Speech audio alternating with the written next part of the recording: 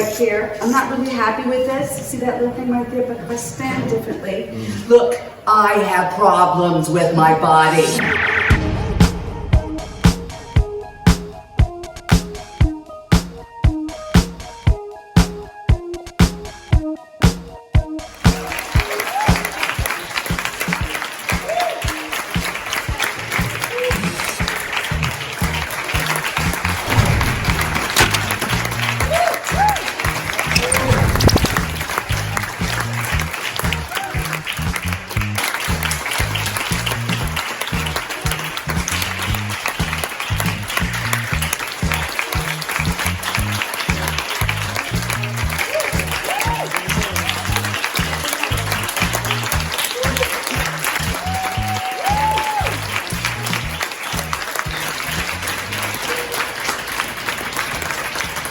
It seems this all started with you, Frances, with your history with the play.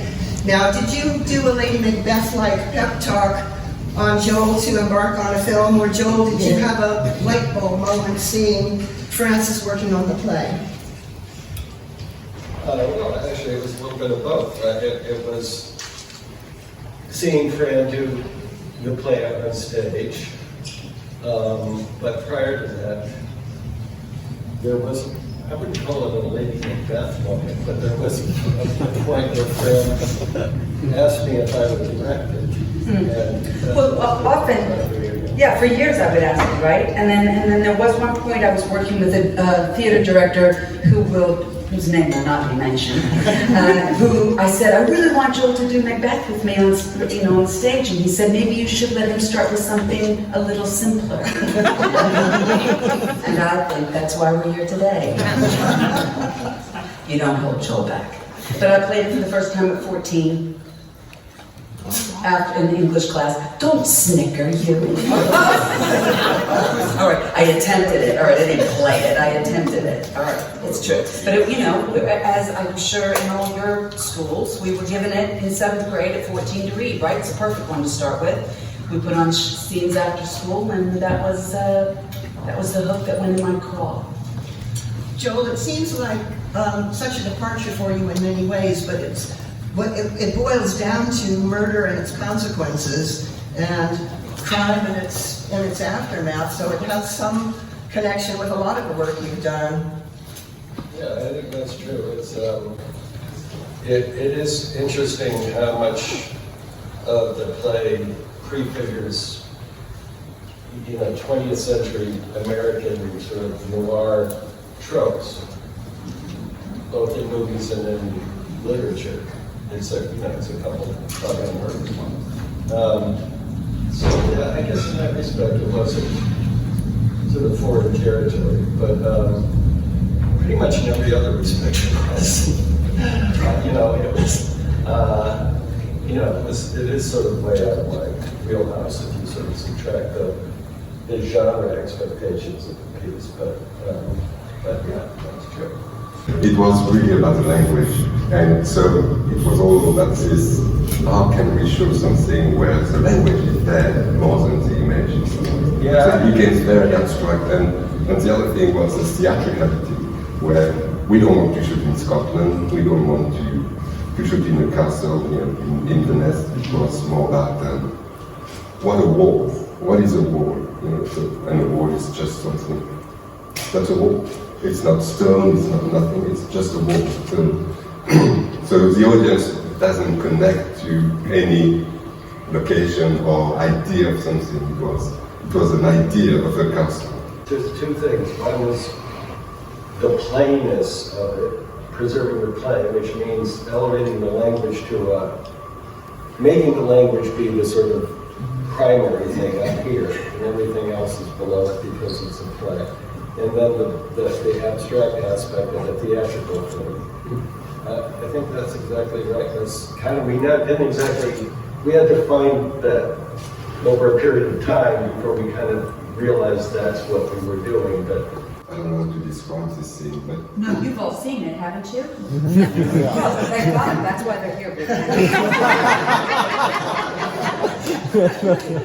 Maybe we were thinking we'll talk about June or something. But But Joel said, it was interesting, he said, I don't mind the graphic, I mean, let's go silhouette and everything, but there is this moment which is very important when I need to see Denzel or Francis McDormand. I need to see them because the language is more important than the image. So it was this kind of balance every time where we said, okay, we can try this, but there is a moment where that's the acting and the language is more important than anything else. I was surprised that you only had 30-odd days, 35, 36 days to actually shoot. I wondered if you could tell us what kind of rehearsal period you had. I'm assuming it was a little more full-on than for a lot of films. Yeah, 35 days maybe, but spread over like forever because the film was shut down by COVID in, I think, 2 weeks before the end of the shoot. Frustratingly, probably for everybody involved who maybe went away thinking, I don't know if we're going to get to finish this. I feel like it was 6 weeks, but I think I heard you say it was only 3. In any case, that's a king's luxury in this world, to be able to actually rehearse at all, actually. And certainly, you know, Joel and Francis brought us together as a company, and in a way that is much more of the theatre than certainly in my experience is the case in film and television. So just to be able to kind of share ideas, marinate in the play, start to feel, to have some kind of a process. But I have to say that it was a hybrid process, right? Because I guess, Joel, you know, rehearsing plays is not what you do, so that was a departure for you, and rehearsing film in that way is certainly not something I've done before. So I think we all had to learn from the ground up what that process was going to be, and it makes it quite a unique flavour, but it was a great gift. I want to say about the theatricality, actually, that it's one of my favourite things about film is that they found a vocabulary that seems to honour both the cinematic and the theatrical traditions of the play. What to you is the essential difference between doing Shakespeare on stage and doing a cinematic Shakespeare? First of all, I just count myself really lucky to be able to come back to the large language, and a lot of times it's, you know, people say, you know, you have to work the text, you know, but a lot of this process was just allowing the text to work and getting out of the way of it. And again, that was provided by, it's always about, again, knowing the rules of engagement, knowing the world that you're stepping into, and allowing that space. And this film, I mean, this play is all about those contrasts. And there is the contrast of black and white, there's the contrast of good and evil, there's the contrast of fate and choice. But the black and white of it all allows us to kind of step in there in the middle somewhere and feel that with all of these unique characters and choices, and I think those are the same. I mean, it's the same language whether you're on stage or on film. Of course, it's technical difficulties and all of that, and that was the fun of being in that room for 3 weeks. It did feel like a little bit more than 3 weeks, because and that was the fun of it. Like, I just remember getting in that room. So that process was theater. I felt like a company. We were in the room, literally reading each other's lines. It wasn't blah blah blah blah blah blah, you know. It was just really understanding the text from this perspective, from that perspective, reading this and just attacking it in all different ways and throwing it out and then bringing it back and just playing. And that allows the audience to then come to this film and relate in a way that sometimes I don't normally relate to Shakespeare on film. I knew the play quite well, and when I found out I was auditioning for and then getting part of Ross, I was like, that's cool, I'm really excited about that. And then read the script, I was like, this is much more than I had expected. And after 400 years, you solved the mystery of the third assassin. Yes, exactly. Yeah, and then of course we get a sequel, me and Claire.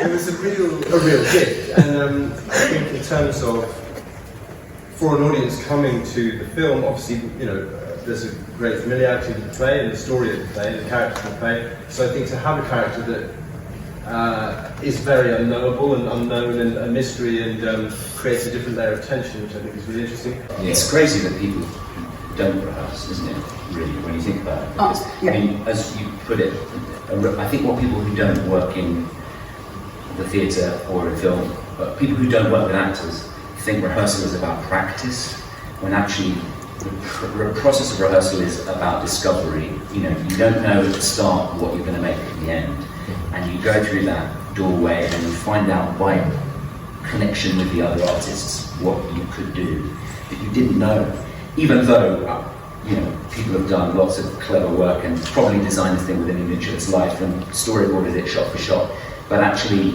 the brave directors, cinematographers, producers throw all that out, just like actors. You know, you do your homework before you turn up in rehearsal, and then you have to be alive to, which is what you're talking about, right? And then you hope that your performance is broader, deeper. But there is that thing of taking risks. Sorry, but that being able to watch, you know, not make a fool of yourself, but like to be able to take a risk and watch, you know, these actors and this director at that level, and if they're giving themselves permission to do it at this level and fail big, why can't we, you know? And so there was a bit of protection and taking care of us, and also I have to quote Moses. We have to quote Moses because, come on, right? She's not here, but she said it was like realizing everybody poops. I don't know if you know that book, it's very good. And your physicality, you're very well known for your shape shifting. For those of you who don't know, Kathryn was the first British woman to play King Lear.